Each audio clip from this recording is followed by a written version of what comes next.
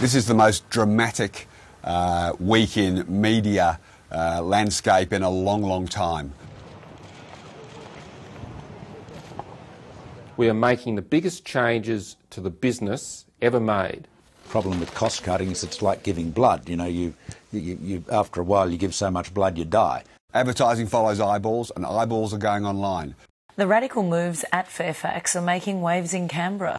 Just imagine if you people weren't here, what they'd get away with inside. It'd be out of control. Well, they are getting away with a lot of rubbish inside, but they'd get away with even more. No questions on Fairfax. Oh, what do you think of Gina Ryan?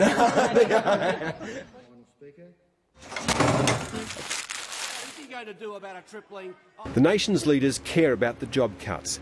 Possibly the beginning of the end for the print newspaper, which is a very sad day.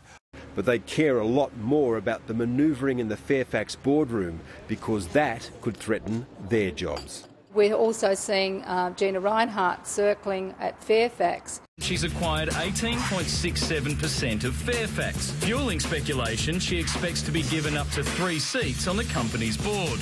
Ms Reinhardt wants to turn it into the Mining Gazette. Well, Ms Reinhardt's entitled to. I don't want to wake up in Melbourne every morning and find that my newspaper choice is between Gina Reinhardt and Rupert Murdoch.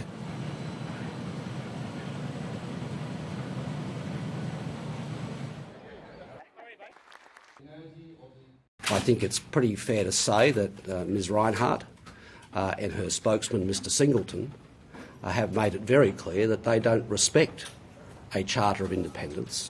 If Fairfax, for example, was seen to be a mouthpiece of Gina Reinhardt and a spokes vehicle for the mining industry, that would undermine its business model dramatically. Gina has had a significant shareholding in Channel 10 for some time now. Has she been an interfering shareholder? As far as I'm aware, no. If people aren't buying newspapers, then the editorial policy should change to ensure people want to buy them. Of our political debate.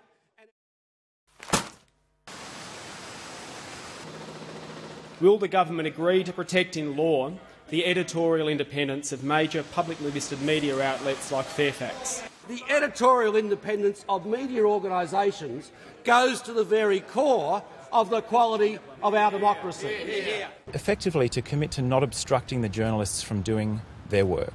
The Greens are much less green and much more old-fashioned communist.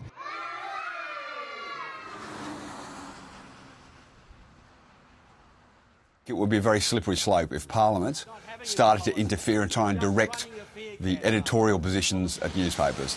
Whilst there are Senate doorstops and we are willing to front the cameras, I'm sure that there will be plenty of accountability. I think it's a good thing that at least someone is prepared to support Fairfax financially at what is for them a difficult time. I would think there are a few people out there who would be very grateful that Mrs Reinhardt is actually taking a chance on them. I wouldn't be putting money betting that there'll be print newspapers during the week in 5 years' time.